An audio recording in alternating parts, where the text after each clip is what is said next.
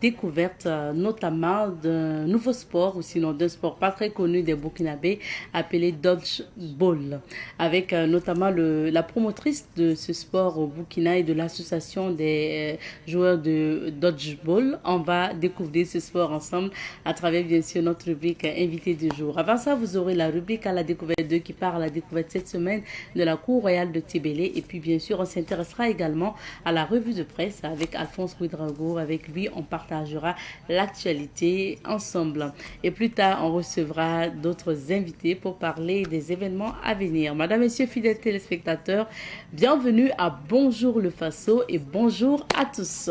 On va démarrer l'aventure avec la première rubrique. On s'en va donc à Tébélé, plus précisément au sein de la Cour royale de Tébélé pour débuter l'aventure et c'est à la découverte. Et nous sommes installés à Tébélé pour vous faire découvrir la Cour royale de Tébélé. C'est à travers bien sûr notre rubrique à la découverte 2 et on va poursuivre avec la visite proposée par un des guides de la Cour royale de Tébélé. On regarde et puis on revient.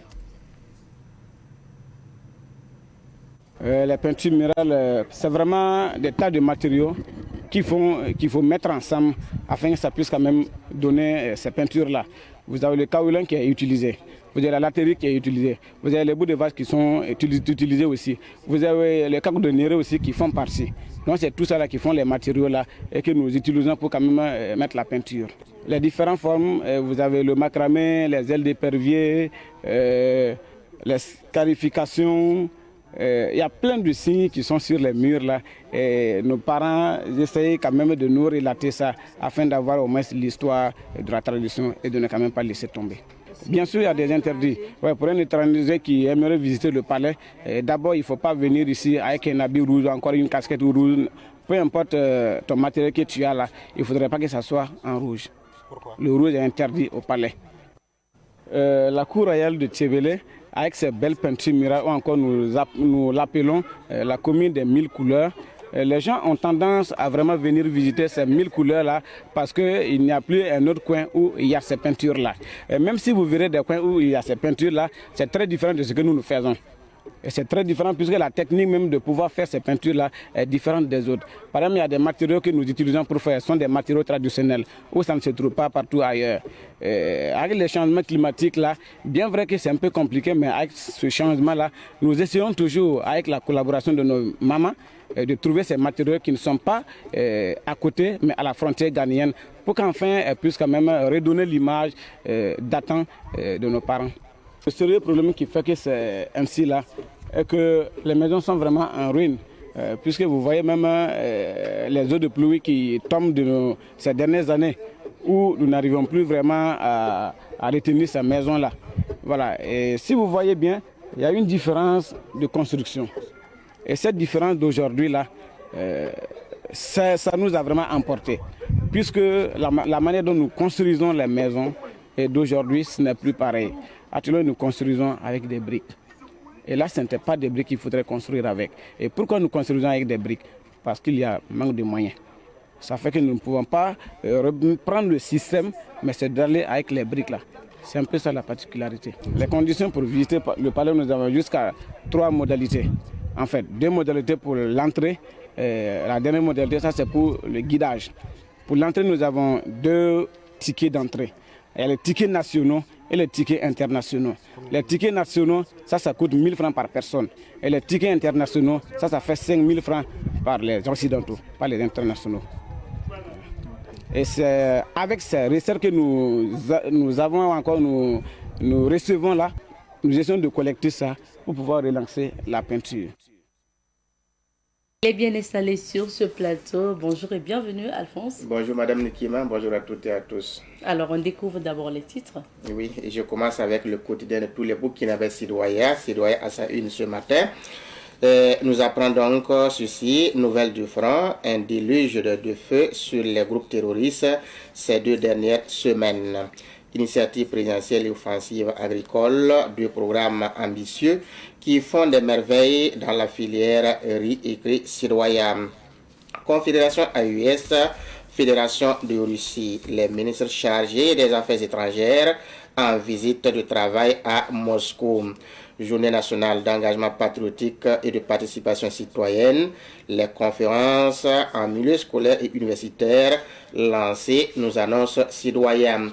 Moussa Zamtako du TV5, opérateur économique de la région du Centre-Nord, déclare chaque Burkinabé doit participer à sa manière au retour de la paix au Faso.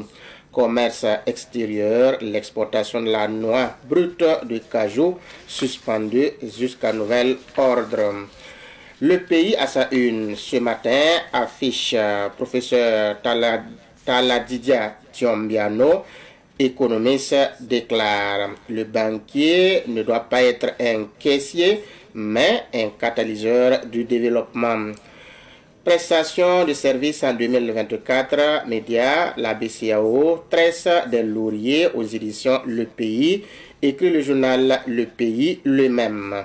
Révélation dans cette rubrique, le journal écrit, réseaux sociaux, les consignes de la BCLCC suite à une campagne de désinformation en cours. Coopération AES-Russie, les ministres des Affaires étrangères en visite du travail à Moscou. Au coin du palais, dans cette rubrique, le journal nous apprend qu'un gamin, quand un gamin devient un chef de gang. Un autre journal, c'est le quotidien Bobolais, l'Express du Faso. L'Express du Faso, à sa une ce matin, écrit dans sa rubrique Autant le dire, Burkinabé, nous sommes en révolution et vous êtes prévenus. Région des Hauts-Bassins, 32 décès maternels et 359 décès néonatals précoces au premier trimestre de l'année 2025. Libération des abords des voies publiques à Bobo. Le Caterpillar entre en action dès la semaine prochaine, nous annonce le journal. Coupe des cheveux à Ara en milieu scolaire, tolérance zéro à l'école à Carville Sud B, écrit le journal. Au palais de justice, dans cette rubrique, le journal écrit un escroc trahi par les caméras de surveillance. Exportation de la noix brute de cajou, suspension jusqu'à nouvel ordre. Cannes U17 Maroc 2025. Les étalons décidés à terrasser les pharaons d'Égypte. L'observateur Palga à sa une ce matin affiche reconquête territoriale au Centre-Nord. Sibiri Oudraogo, chef de la SEB de Mané, déclare à l'image de l'État, l'éducation a marqué son territoire dans la commune de Mané. Affaire président du tribunal de grande instance de Banfora ce matin au palais de justice de Ouagadougou pour donc l'audience sur cette question. Amnistie au Sénégal, loi et contre-loi taillée à la mesure du client, c'est-à-dire dans la rubrique regard sur l'actualité. Formation et détection des jeunes talents. Adama Gira, le métronome de l'UFOAB, écrit le journal. Noix brute de cajou, suspension de l'exportation par un communiqué interministériel. Aujourd'hui, au Faso, dans sa parution du jour, nous parle de cette visite des ministres des Affaires étrangères de l'AES en Russie et écrit conclave diplomatique au bord de la mer Noire. Loi d'amnistie retoquée au Sénégal, penser les plaies et ne pas oublier la bonne cicatrisation, écrit le journal. Référendum constitutionnel du 21 septembre prochain en Guinée. Sortie de l'état d'exception avec ou sans le général Doumbouya, s'interroge le journal. Première session du CACEM 2025, les acteurs du ministère de la Communication, du ministère de la Communication, invités à maintenir le cadre de performance en dépit des ajustements budgétaires. News du jour, dans cette rubrique, le journal écrit suspension des exportations de la noix brute de cajou. Les FDS offrent un jardin scolaire à l'école Badnogo 1. 49 détenus graciés au Niger, écrit le journal. Pour terminer, c'est avec le journal Le Quotidien. Le Quotidien à sa une ce matin affiche Le CMGA à l'armée de terre du Burkina affirme: on ne peut pas gagner la guerre sans une armée disciplinée et sans une armée loyale. Laya Ibrahim Ouedraogo, SG du mouvement Amitié Burkina-Russie, affirme ceci: cette révolution progressiste populaire que nous vivons déjà est loin d'être un simple slogan. Coopération, Confédération AES, Fédération de Russie, les ministres en charge des affaires étrangères en visite de travail dans la capitale russe. Merci beaucoup pour la lecture de ces titres et on revient sur quelques sujets d'actualité. Commençons par donc ce message du chef d'état-major général des armées qui appelle les unités à la discipline et à la loyauté. Tout à fait. Le général Moussa Diallo, qui est bien entendu le chef d'état-major général des armées, depuis sa prise de commandement continue, sa tournée, une tournée qui consiste donc à se présenter aux différentes unités, et une tournée aussi qui s'inscrit dans le cadre donc de la remobilisation, à encourager en tout cas l'effort de défense et de sécurité. Donc c'est une tournée qui se poursuit et c'est à cette occasion qu'il en tout cas adresse des messages aux différentes unités.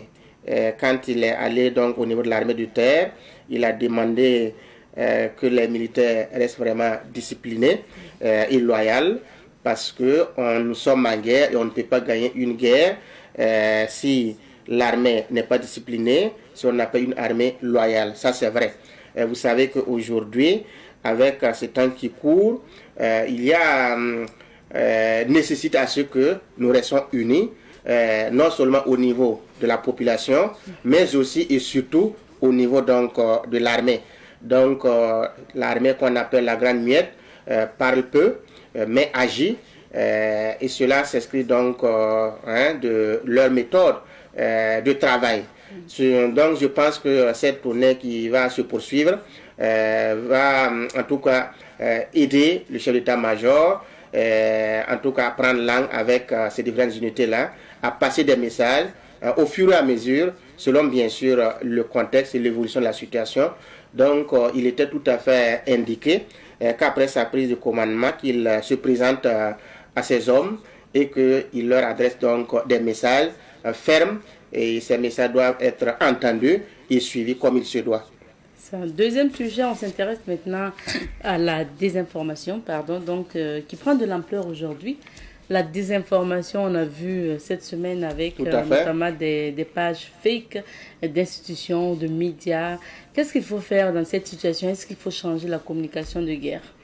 Oui, il le faut. Et c'est là où c'est important que le général Moussa Diallo continue sa tournée, parce que c'est une tournée qui est faite au moment où la désinformation prend de l'ampleur. Et aujourd'hui, des gens sont déboussolés. En tout cas, pour ceux qui n'arrivent pas à faire la différence entre le vrai et le faux, souffrent aujourd'hui. Dès lors que vous voyez une information partagée sur les réseaux sociaux, avec beaucoup de likes, beaucoup de commentaires, vous commencez à croire que si réellement cette publication, une telle publication avec une telle audience, effectivement, je commence à croire que c'est une bonne information, et je peux consommer, et tout comme je peux essayer de partager, alors que ce sont des informations fausses.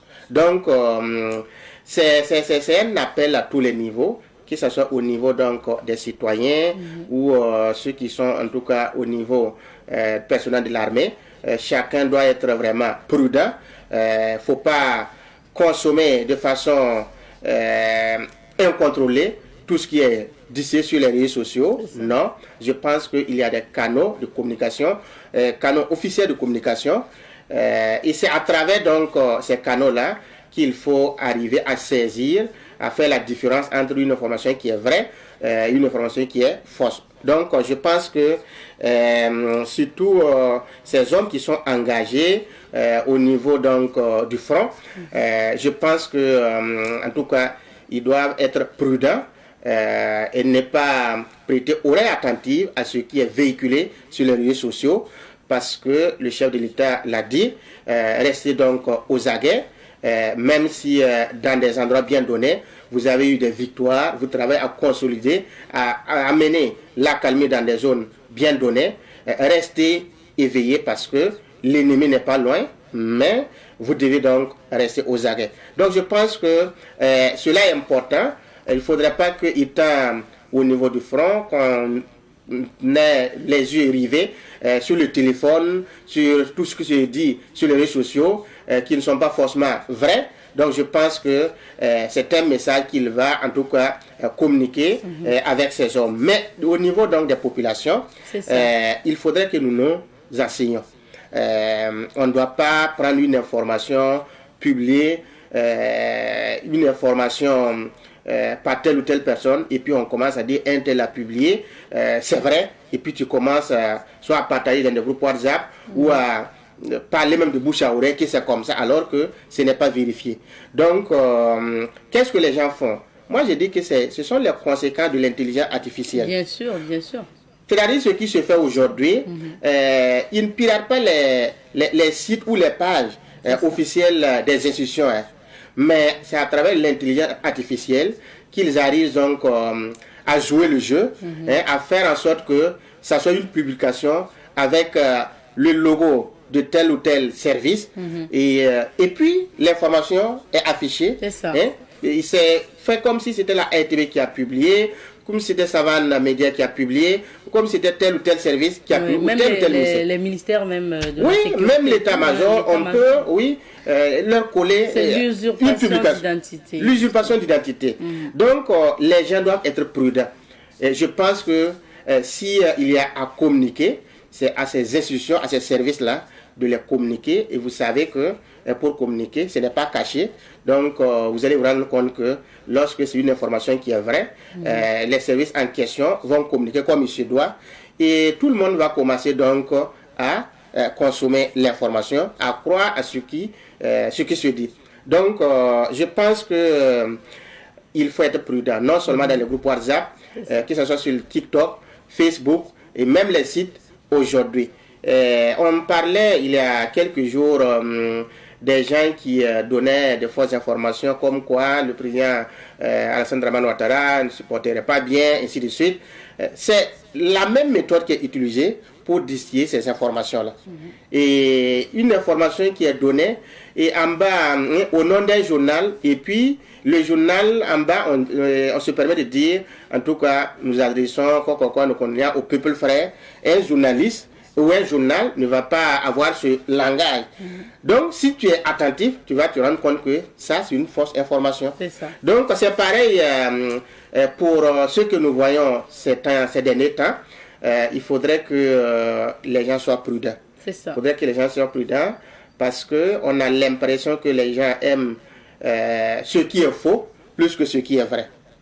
Et la BCLCC, en tout cas, a pris le taureau par les cornes, en tout cas, s'est mis à l'œuvre pour sensibiliser les gens parce qu'il y a des petits malins qui, en tout cas, donnent ces fausses informations et qui se donnent beaucoup de commentaires, beaucoup de likes pour manipuler les gens. Oui, parce qu'aujourd'hui, avant, on pouvait quand même faire attention au nombre de commentaires, de likes et même aller voir ce qui concerne les abonnés parce que la BCLCC nous donnait ces tips-là. On peut aller voir le nombre d'abonnés. Mais aujourd'hui, ils ont même une technique pour booster les pages et aller vite à beaucoup d'abonnés. Oui. C'est délicat et l'intelligence artificielle, tu l'as évoqué tout à l'heure, et aller même jusqu'à souvent prêter la voix. Ça veut dire, Alphonse, tu parles, donc ta voix, tu es plus une personnalité. Oui, c'est la voix de Alphonse. On peut prendre ta voix et puis on me colle des propos. On te colle des propos. Et c'est ce que j'ai dit.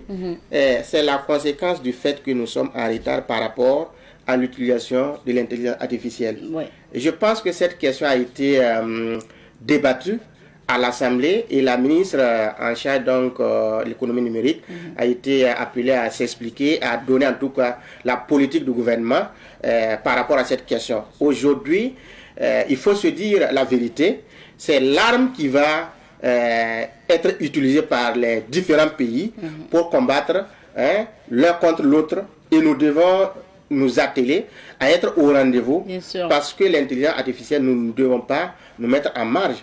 Donc, c'est un outil qui a ses biens et qui a ses défauts, qui a ses failles. Et c'est pour cela que je dis que nous devons avoir l'œil ouvert et travailler très rapidement à mettre les gens au même niveau d'information, à pouvoir contrôler. Donc si vous n'avez pas le contrôle de ce système-là, vous allez vivre éternellement des situations difficiles. Je pense que les autorités l'auront compris et elles vont donc travailler à parer très rapidement à toute éventualité. Bien sûr, prudence. Merci beaucoup. On termine par le sujet en lien avec la révolution. Le président du Faso l'a dit, nous sommes en révolution progressiste populaire. Comment on peut faire comprendre cette notion à la population et surtout faire de cette sorte que nos peuples se l'approprient? Je dirais que c'est une tâche que le chef de l'État a donnée à tous les Burkinabés. Lors de son discours, il a dit, vous qui m'écoutiez, sachez que vous devez être donc des messagers pour porter cette révolution auprès de la masse, auprès de la population qui se trouve dans les villages, dans les communes, dans les provinces. Je pense que après cette annonce, il y a un travail à faire. Et je pense que les experts vont donc se mettre à l'œuvre, essayer de trouver les concepts qu'il faut, la technique d'approche pour que les gens puissent comprendre. Parce que il faut que ce soit un mouvement d'ensemble. Que dans les villages, qu'il y ait des gens, avant il y avait des délégués, qu'il y ait des gens qui puissent vraiment aider à véhiculer la politique donc de cette révolution dans les villages, dans les communes, dans les secteurs, au niveau provincial, au niveau régional. Je pense que il y a un lancement qui doit être fait pour embarquer tout le monde à comprendre que cette révolution est comme une mayonnaise qui doit prendre très rapidement et à tous les niveaux. Ça ne doit pas être le seul travail des WAIA, non. Ça, c'est une autre étape de notre dynamique en cours et ça nécessite l'engagement de tous. Ça fait appel à des compétences pour expliquer en langue et dans toutes les langues pour que la population puisse comprendre. Donc je pense que si effectivement nous voulons que les gens comprennent notre démarche, comprennent que nous sommes maintenant dans une révolution progressiste et populaire, il y a un travail qui doit être fait sans exclusion pour que nous puissions vraiment faire le mouvement ensemble. Merci beaucoup. Merci bien, Madame Nikima. On va maintenant parcourir quelques villes d'affaires pour découvrir ce que nous réserve Dame Nature ce matin. C'est à travers la revue de presse. Nous sommes de retour sur ce plateau et cette fois-ci, on va découvrir ensemble un sport. Il s'agit donc du dodgeball. Nous recevons comme invitée Madame Aminata Paré, promotrice donc du dodgeball. Et il y a un match amical à venir entre le Burkina et la Côte d'Ivoire. On parlera de tout ça avec notre invité. Bonjour. Bonjour madame. Bienvenue. Merci beaucoup. Merci d'être avec nous. Et justement, c'est sûr que la première question que la plupart des téléspectateurs se posent actuellement, c'est quoi le dodgeball?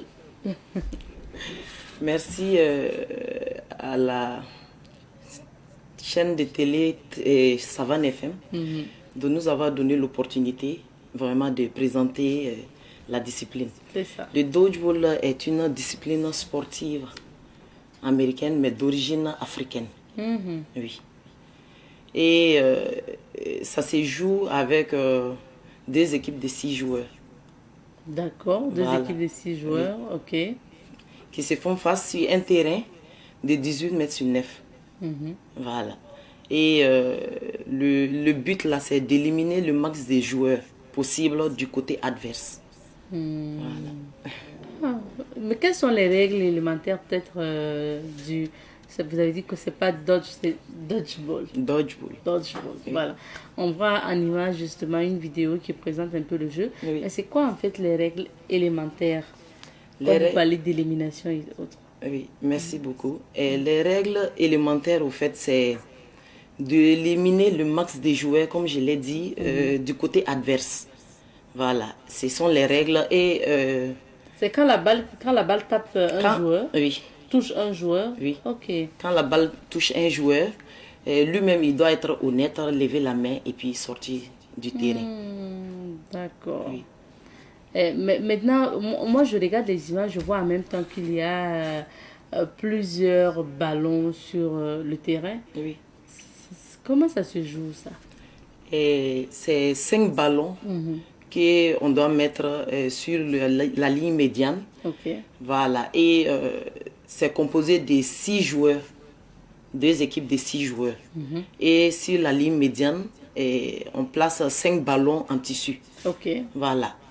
Et dès le top départ, chaque équipe récupère la balle et l'arbitre donne le set qui est de 3 minutes.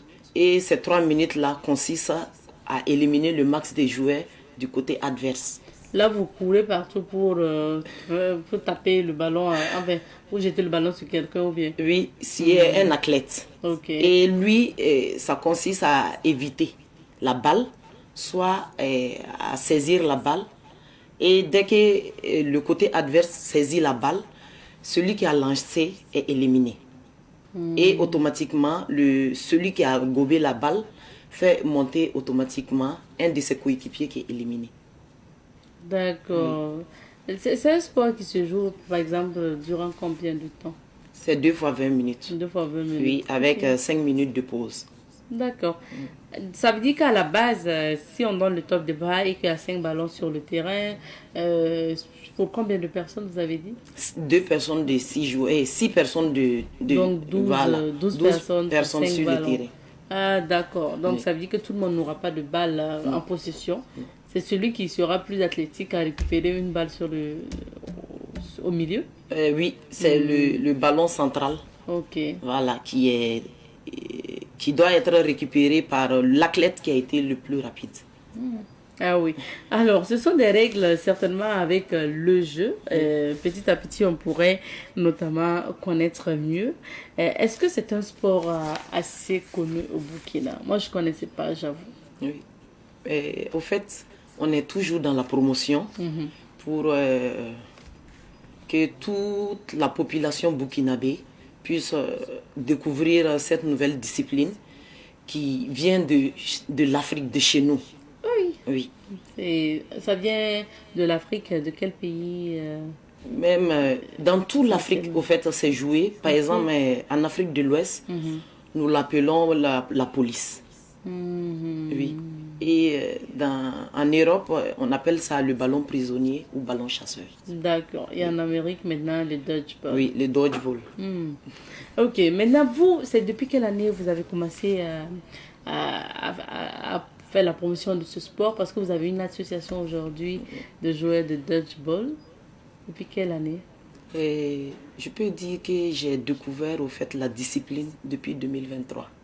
Ok. Par le biais de la Côte d'Ivoire. Et par la suite, j'ai eu au fait la nostalgie parce que nous, on a eu à jouer ça dans notre enfance, que ce soit à l'école ou dans le quartier. Avec les ballons qu'on fabriquait en Oui, sachet là. oui, bien sûr. Parce que là, on dirait que je suis en train de me rappeler un peu de... Ok. Donc, quand je l'ai découvert en 2023, il fallait déjà rentrer en contact avec l'organisme mondial qui est la World Dodgeball, qui se situe au Canada. Et après un vote de l'Assemblée générale extraordinaire, on m'a choisi comme la promotrice au niveau du Burkina Faso. Voilà. D'accord. Maintenant, qu'est-ce que vous faites comme activité depuis 2023 pour faire connaître plus ce sport-là? Et je peux dire que l'activité même pratique a commencé en 2024. Puisqu'il fallait suivre les procédures administratives à l'international avant de venir présenter ça au ministère des Sports. Donc, je peux dire que c'est en 2024 vraiment que la pratique a commencé. D'accord. Et comment justement pour l'association que vous avez mis en place, qui sont les membres de l'association, comment elle fonctionne? Est-ce qu'il y a beaucoup de joueurs de dodgeball à l'intérieur? Oui. L'association d'abord est constituée d'une présidente, d'une vice-présidente, d'un SG, d'une trésorière chargée à l'organisation, et etc. Ainsi de suite. D'accord. Ça, c'est pour le bureau. Oui, ça, c'est pour le bureau. Et au niveau de Ouara, déjà, on a 5 clubs disponibles qui s'entraînent ensemble chaque dimanche. Et au niveau de Bobo, on a 2 clubs qui s'entraînent aussi ensemble chaque mardi, jeudi et dimanche. D'accord. Et pour ce sport-là, pour vous, qui peut participer, qui peut en fait pratiquer le dodgeball?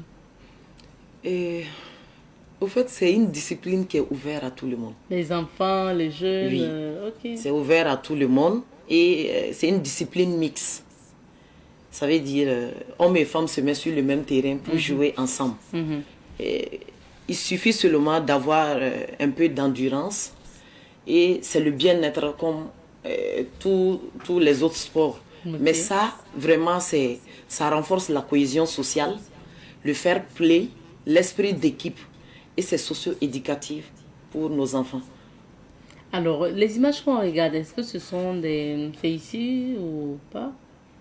Est-ce que ce sont des images d'ici? Non, ça c'est en Europe. Okay. Voilà. Donc, c'est vraiment pour qu'on puisse comprendre comment ça se joue. Et pour vous, en faisant la promotion de ce sport au Burkina, qu'est-ce que vous recherchez? Qu'est-ce que vous recherchez? Est-ce que vous pensez qu'aujourd'hui, on peut arriver à créer peut-être une fédération de cette discipline ou quels sont vos objectifs? Les objectifs, là, c'est de faire connaître la discipline sur tout le territoire burkinabé et que la population adhère aussi à l'idée et que tout le monde aussi se retrouve dedans. Ça peut même rappeler d'autres personnes, leur enfance, voilà, qui ont eu à jouer cela. Et c'est possible vraiment d'atteindre l'étape de la fédération parce que c'est une discipline sportive, éducative, qui renforce la cohésion sociale, qui est l'esprit d'équipe. Et moi, je trouve aussi que c'est une discipline qui fait développer aussi l'honnêteté et la loyauté. Vu que quand le ballon vous touche, vous devrez prendre l'initiative de vous-même, lever la main et puis quitter sur le terrain. D'accord. Voilà. Et sortir de là. Oui. Ok, vous êtes là parce qu'il y a un match à venir. Oui. Donc, vous organisez un match amical. Et pourquoi vous avez décidé d'organiser ce match amical Côte d'Ivoire-Burkina? C'est crucial, c'est un match amical avec la Côte d'Ivoire. Vu qu'ils ont été champions d'Afrique en août passé. Et on a eu l'honneur d'être invité pour prendre part à la CAN qui se tiendra le 23 au 30 août 2025 à Abidjan. CAN de dodgeball? Oui, CAN de dodgeball. Ça se joue déjà. Oui. Donc, au fait, la discipline même existe dans plus de 97 pays au monde. Oui. Donc, suite à cela, au fait qu'on a organisé cette match amical qui nous permettra au fait de connaître nos faiblesses et travailler cette faiblesse-là pour être à la hauteur pour la CAN. Ça veut dire que vous comptez participer avec l'équipe du Burkina à la CAN de dodgeball? Ok. Super. Alors, pour ce match amical-là, il aura lieu quand et où? C'est prévu pour le dimanche 6 avril dans la salle des arts martiaux du Sénosvé à Gunguin. À Gunguin. Oui. Ok. Est-ce que déjà vous avez une équipe bien constituée de joueurs de dodgeball et c'est une équipe aussi qui constitue des joueurs de quel âge à peu près? L'équipe, en tout cas, je peux dire l'équipe est prête. D'accord. Parce que presque ça vaut quelques mois qu'on s'entraîne. Et on a suivi. C'est une équipe d'adultes ou c'est des étudiants au fait. Ok. Voilà. Présentement, vu qu'on est dans la promotion, mais pour le lancement là, c'est des étudiants de 18 ans jusqu'à 25 ans. D'accord. Qui vont jouer à ce match amical là, donc Côte d'Ivoire, Burkina. Et vous avez choisi un thème pour adjoindre à ce match amical. Est-ce qu'on peut revenir sur ce thème? Oui. Le terme qu'on a choisi, c'est le dodgeball une nouvelle discipline inclusive pour une population résiliente. Est-ce que pour vous, organiser un match comme ça entre Burkinabé et Ivoiriens, et surtout pour un sport qui pour vous, en tout cas, permet de rapprocher, c'est l'objectif aussi est de rapprocher encore plus ces deux peuples? Oui, bien sûr. C'est de faire découvrir la discipline à la population et aussi de nous rapprocher d'eux. Vraiment, et pour que nous puissions aussi avoir les soutiens lors de notre participation à la CAN. On revient maintenant sur la réalité du dodgeball au Burkina. Vous avez dit, c'est un sport qui existe, que certains ont pratiqué à leur enfance, mais ce n'était pas vraiment officiellement installé comme ça. Vous avez commencé à faire la promotion en 2023-2024.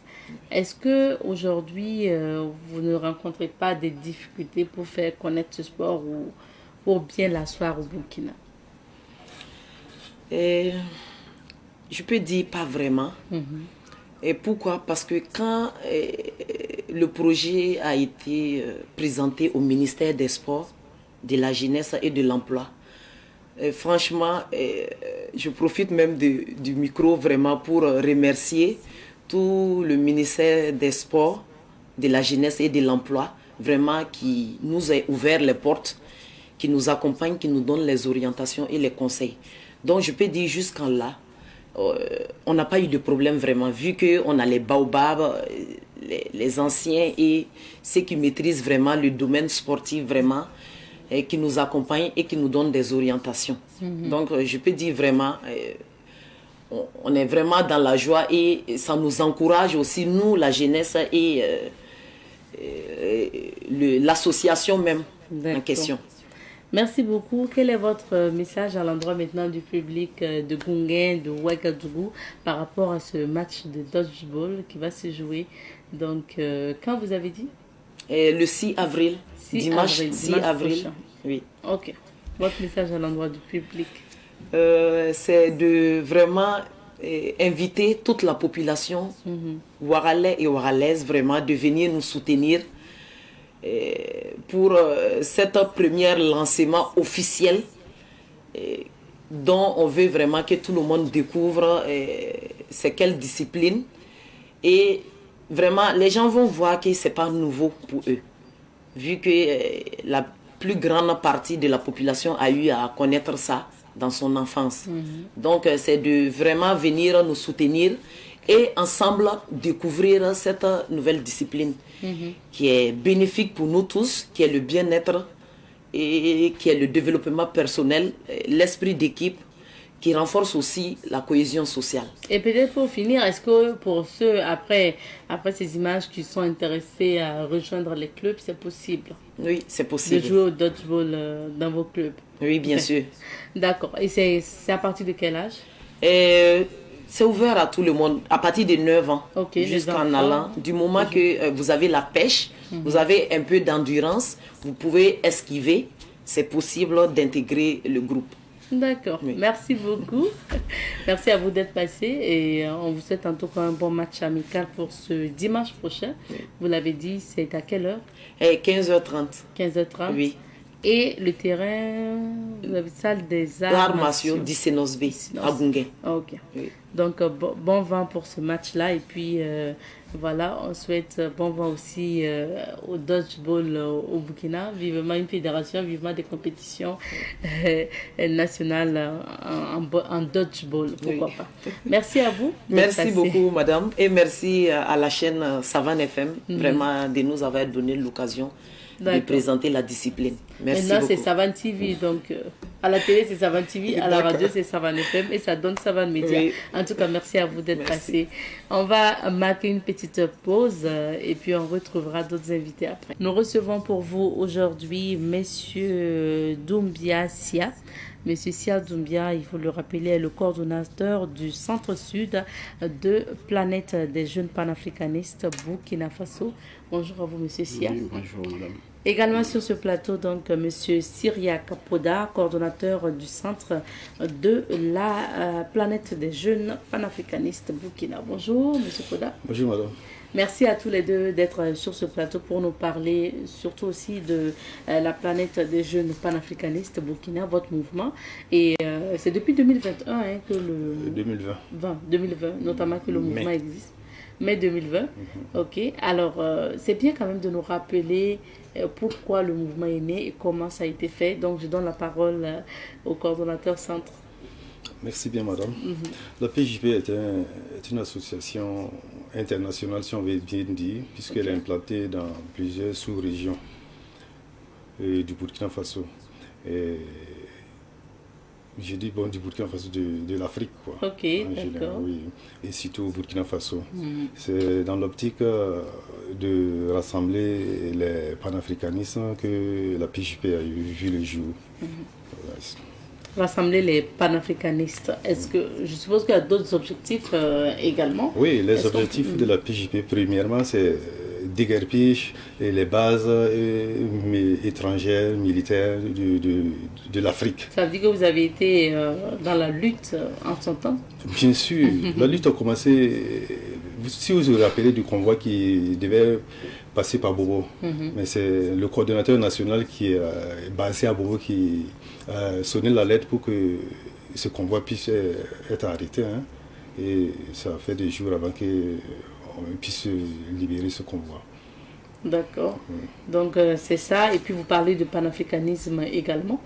Oui, le panafricanisme, c'est tout ce qui lutte et qui va dans la dynamique de l'actuel chef d'État, Ibé. Ok. Voilà. Et parlons justement, donc je donne la parole à M. Sia maintenant, vous faites la promotion du panafricanisme, du fait de compter sur soi-même. Qu'est-ce que vous pensez alors de la dynamique des autorités actuelles qui parlent aussi de souveraineté, de compter sur nos propres ressources, de promouvoir aussi le consommation local avec ces entreprises burkinabées qui se créent? Ok, merci bien madame.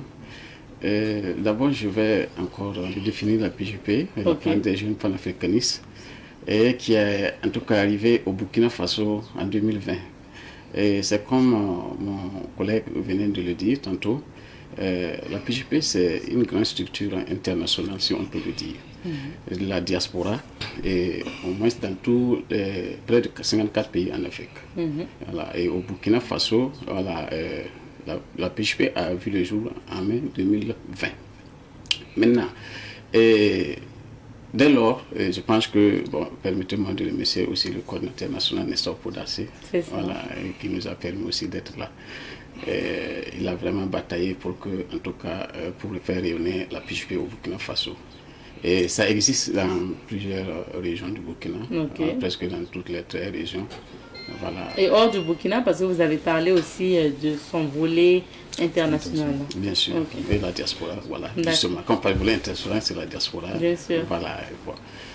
Donc, tantôt on parle de panafricanisme, en fait c'est ça, puisque c'est un système, une structure qui lutte pour l'indépendance réelle, totale, voilà, des peuples opprimés et du Burkina et de l'Afrique en général. Donc, si je reviens, bon, en tout cas par rapport à la question concernant la gestion des autorités actuelles. Les autorités actuelles, moi je crois que les autorités actuelles sont sur la bonne dynamique, voilà, dans les objectifs de la PJP. Et je crois que de nos jours, c'est ce qu'il nous fallait. Bon, depuis longtemps, la PJP a lutté avec le temps politique et nous n'avons pas vraiment eu gain de cause. Heureusement que, bon, en tout cas, le président actuel, vraiment que nous donnons le chapeau, vient vraiment juste vraiment un panafricaniste et qui a œuvré jusqu'à ce que nos objectifs soient atteints. Donc je pense qu'avec la vision actuelle des autorités, elles sont dans vraiment la bonne dynamique. La bonne dynamique. Voilà. Vous avez écouté le président avant-hier, il a confirmer ou affirmer que nous sommes maintenant dans une révolution progressiste populaire. Oui. Donc, nous ne sommes pas en démocratie, mais dans une révolution progressiste populaire. Qu'est-ce que vous pensez de ces déclarations? Bon, ces déclarations, nous, on l'attendait depuis fort longtemps. Hein. Dès les premiers jours que la PJP a vu le jour, c'était notre objectif. Bon, c'était avec les prédécesseurs de l'actuel président. Mais comme vous avez vu sur les réseaux sociaux, ça n'a pas donné comme il se doit. Mais dès qu'il est venu, nous on s'attendait qu'il gouverne par ordonnance. Bon, malheureusement, c'est eux qui décident. Hein. On a vu qu'ils ont commencé avec la Constitution. On y va, c'est quelqu'un qui sait ce qu'il fait. Mais on a pris plus de 2 ans pour sensibiliser la population. On peut dire que le président est vraiment très indulgent, très gentil pour le faire. Si on prend le cas de la Russie et puis d'autres pays, quand ils viennent, il n'y a pas de sensibilisation, hein. On tape fort. Mais dès aujourd'hui, dès qu'ils ont commencé à parler de révolution, nous sommes d'accord. C'est ce que la PJP attendait depuis fort longtemps. Et on ne fait que lui féliciter par rapport à ça. Vous voulez ajouter quelque chose par rapport aux déclarations du président? Il faut ajouter, vraiment, quand on parle de révolution progressiste, c'est comme je le disais tantôt, le président est vraiment, en tout cas dans la bonne vision panafricaniste. Et la révolution progressiste, c'est un système au moins qui permet de transformer un État, une société, à travers un certain nombre de principes. Voilà. Et on peut parler aussi de principes d'ordre économique, voilà, transformation des sociétés et au niveau économique, la loi juridique, et aussi des bonnes institutions. Voilà, donc tout un ensemble, voilà, pour mettre en place un gouvernement, voilà, d'union, et ainsi de suite. D'accord. Voilà. Moi, je pense que si on repart un peu dans l'histoire, au Burkina, cette lutte a commencé bien avant, sûrement qui n'a pas pu aboutir. Et quand on parle de la suppression de la haute volta en 1932, près de 15 ans, et les hommes ont bataillé, et les politiciens, les leaders religieux, les associations, voilà, ainsi de suite, pour reconstituer, voilà, la haute volta dans ses limites. Et après ça, la lutte n'a pas été continuée.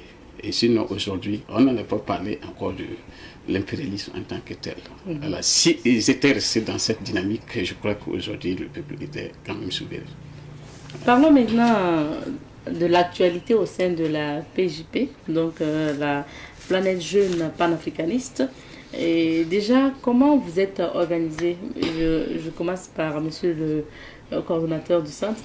Comment vous êtes organisé? La planète des jeunes panafricanistes est organisée par la création des coordinations. Okay. Oui. Bon, notre objectif, c'est le maillage total du territoire. Donc, dans chaque région, il doit y avoir une coordination et chaque province des cellules jusqu'au secteur. Et ces cellules répondent directement de chaque coordination régionale. Et nous, les coordonnateurs régionaux, on répond du coordonnateur national qui est pour la CNSO. Et vous faites des assemblées générales bien sûr. Chaque année Okay. Bien sûr, la coordination nationale en tout cas, la coordination régionale du centre, on le fait à chaque 3 ans, je pense, hein, 3 ans, sauf s'il y a une situation urgente qui s'y est. Voilà. D'accord. Alors, je pense que la coordination du centre sud est plus récente. C'est ça. Ok, vous avez été installé récemment. Récemment, parce que j'ai reçu ma note de désignation en octobre passé, voilà, pour le compte de la région du centre sud. Et donc, j'ai pris service en octobre également. Et je pense que notre première AG constitutive a eu lieu le 11 janvier, voilà, à côté. Le 11 janvier passé. Voilà, donc c'est très récent. Voilà. Est-ce qu'au niveau justement de vos régions, vous avez des adhérents qui épousent vos idéologies, qui sont là avec vous? bien sûr. Et nous avons des adhérents et je pense qu'après l'âge électif, nous sommes en tout cas très vite allés en besogne. Et on a créé le groupe pour au moins pour le compte des fils et filles de la région. Et je pense qu'aujourd'hui, on a à peu près de 400 adhérés dans le groupe WhatsApp. Pour l'instant, en 4 à 5 mois d'abord. Voilà. Donc, je crois que les gens ont bien vraiment eu la notion et ils ont compris. Et l'ensemble des fils et filles de la région adhèrent et on a aussi des partenaires des autres mouvements frères qui sont adhérés. Est-ce que spécifiquement au niveau de vos différentes régions, il y a des missions des missions spécifiques ou vraiment c'est toujours dans la globalité? Bon. Parce que chaque région a sa spécialité, a sa spécificité. Le centre, c'est pas comme le centre-sud. Bon, la mission qu'on peut donner à chaque coordonnateur, c'est la mobilisation et la veille citoyenne. Surtout par rapport à ce qui se passe avec les ennemis du peuple. Souvent, on voit de ces messages, de ces vidéos. Des informations, des voilà. fake news. Oui. Donc, la mission est de sensibiliser nos camarades pour qu'ils ne tombent pas dans le piège. Donc, c'est ça la mission globale a priori. Et aller dans la dynamique du président actuel. C'est pareil. Hein, oui, c'est pareil. Bon, étant donné que chez nous, on est encore embryonnaire, c'est très jeune. Bon, il ne passe pas 5 mois de cela. Mais bon, et comme il venait de le dire, c'est accompagner le président dans sa vision. Et je pense qu'on va y arriver. C'est ça. Et vous êtes là pour nous parler d'une activité que vous organisez. Ça, c'est la coordination du Centre-Sud. Et il s'agit de quoi exactement, Monsieur Sia? Bon, puisque après l'installation de la PGP au niveau régional, au Centre-Sud, il va de soi que nous ayons quand même des informations, donnons des informations aux militants sympathisants qui puissent comprendre ce que c'est que la PGP. Voilà, donc c'est pour cela que nous avons décidé de mettre en place, organiser une conférence publique, voilà, pour pouvoir expliquer de long en large, voilà, les objectifs, les missions assignées à la PGP et au coordinateur régional, et aussi expliquer à ces différentes populations et ces militants à comprendre la vision actuelle du président, puisque c'est la même vision, c'est le même objectif, voilà, que la PGP. Quand l'affiche même de votre activité, on voit la photo justement du président du FASO, du capitaine Ibrahim Traoré, plus les informations concernant bien sûr l'activité. C'est sur quel thème que va porter notamment cette conférence publique? Ok, merci. Et le thème, en réalité, c'est sur la vision. Et c'est la vision éclairée du président du FASO, son Excellence capitaine Ibrahim Traoré. Quelle stratégie, voilà, pour un processus de développement endogène. Et qui sera l'accompagnement. Voilà, et comment accompagner le président dans ce processus. Voilà, donc nous avons un conférencier, voilà, qui est de la maison, bon, de la structure, ce que j'allais dire. D'accord. Voilà, c'est M. Traoré. Voilà, pas le président Traoré, mais voilà. Qui est de votre coordination. Voilà. Bon, c'est un cadre de la coordination, un expert en projet du côté de Banfora. Qui va donner la communication sur la vision éclairée du président capitaine Ibrahim Traoré. Et ça va se passer quand et où? La conférence aura lieu à la salle du conseil régional, voilà, sous la présence de Madame le gouverneur, aussi de l'accompagnement des fils et filles de la localité, qui sont à Ouaga et d'ailleurs. D'accord. Voilà. Donc, on va vous inviter à pousser plus la voix, monsieur Si, on ne vous entend pas très bien. D'accord, donc ça aura lieu quand vous avez... Ça aura lieu le 12, parce qu'on avait prévu le 5, mais avec la journée patriotique, on est obligé de reporter ça pour le 12, le samedi 12. D'accord. À la salle du conseil régional. Merci beaucoup. Merci. Monsieur Poda, quel est votre invite à l'endroit des partisans, des sympathisants, de vos camarades concernant cette conférence publique qui aura lieu? C'est la mobilisation totale. Il faut que nous partons supporter notre coordination sœur afin qu'on puisse les soutenir et donner les informations essentielles par rapport à cette lutte où nous sommes chaque fois victimes de la manipulation, surtout la manipulation. Il faut qu'on communique sur ça parce que l'ennemi ne dort pas. Si nous on essaie de somnoler un peu, on va se réveiller et trouver que vraiment c'est pas ça. Et pour ce faire, j'invite la population, surtout ceux de Ouara, à déferler aussi au Centre-Sud pour soutenir la PJP du Centre-Sud. Merci beaucoup. Merci à vous également de passer un mot de fin avant qu'on se quitte. Bon, comme mot de fin, je vais remercier tous les membres du bureau de la PJP Centre-Sud, voilà, et tous les militants sympathisants de la PJP du Centre-Sud, et au coordinateur régional du centre qui est là avec nous, qui m'a accompagné, et aussi le coordinateur national. Et pour dire, en tout cas, nous tenons à la réussite voilà, de cette conférence publique, une première fois dans la région. Et nous sommes en train de tracer encore une autre histoire voilà, du Burkina Faso avec ces autorités actuelles voilà, qui nous ont bien compris. Et aussi, quand on parle de développement endogène, c'est sur tous les plans. Et la révolution progressiste qui nous permet justement de booster ce développement voilà, endogène sur le plan économique, culturel, justice, etc. Merci voilà, beaucoup. Merci. Merci à vous d'être passé. Merci également, M. Poda, d'être passé sur notre plateau. Je rappelle que nous recevions comme invité M. Doumbia Sia. Il est le coordonnateur du Centre-Sud de la planète des jeunes panafricanistes Burkina Faso. Et nous étions également avec M. Syriac Poda, qui est le coordonnateur du centre de la PJP, donc Burkina. On va s'arrêter ici pour l'entretien d'aujourd'hui. On marque une petite pause et puis on revient. Et nous sommes de retour sur ce plateau. Cette fois-ci, on se retrouve pour vous amener à la découverte de la cour royale de Tébélé. C'est bien sûr à travers la rubrique à la découverte 2. Donc, on repart pour la visite avec nos guides du jour. C'est parti pour à la découverte 2 et on revient.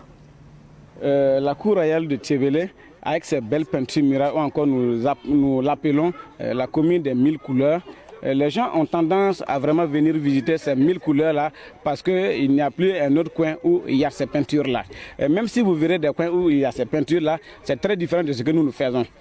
Et c'est très différent puisque la technique même de pouvoir faire ces peintures-là est différente des autres. Par exemple, il y a des matériaux que nous utilisons pour faire, ce sont des matériaux traditionnels où ça ne se trouve pas partout ailleurs.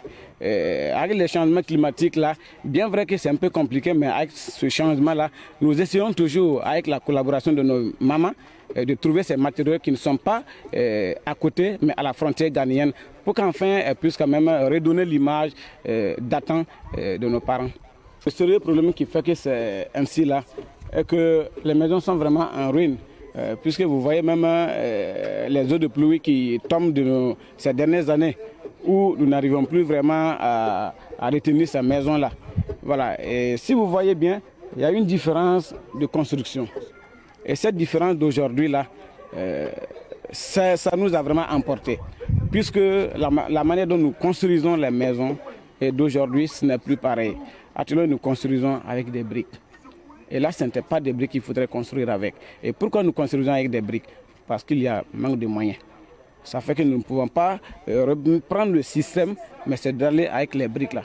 C'est un peu ça la particularité. Les conditions pour visiter le palais, nous avons jusqu'à 3 modalités. En fait, 2 modalités pour l'entrée. La dernière modalité, ça c'est pour le guidage. Pour l'entrée, nous avons 2 tickets d'entrée. Il y a les tickets nationaux et les tickets internationaux. Les tickets nationaux, ça coûte 1000 francs par personne. Et les tickets internationaux, ça fait 5000 francs par les occidentaux, par les internationaux. Et c'est avec ces recettes que nous avons encore, nous recevons là, nous essayons de collecter ça pour pouvoir relancer la peinture. Merci beaucoup. Donc, on espère que vous avez appris encore un peu plus sur la cour royale de Tébélé. Il faut rappeler qui est classée patrimoine mondial de l'UNESCO depuis 2024 notamment. Alors, on va se dire au revoir ici pour l'émission de ce matin. Merci à vous d'avoir suivi Bonjour le Faso. On se donne rendez-vous demain vendredi pour le dernier numéro de la semaine de votre aventure. En attendant, portez-vous bien et surtout restez fidèles au programme de Savin TV puisque nous poursuivons avec d'autres programmes. Allez, on se dit, cuss.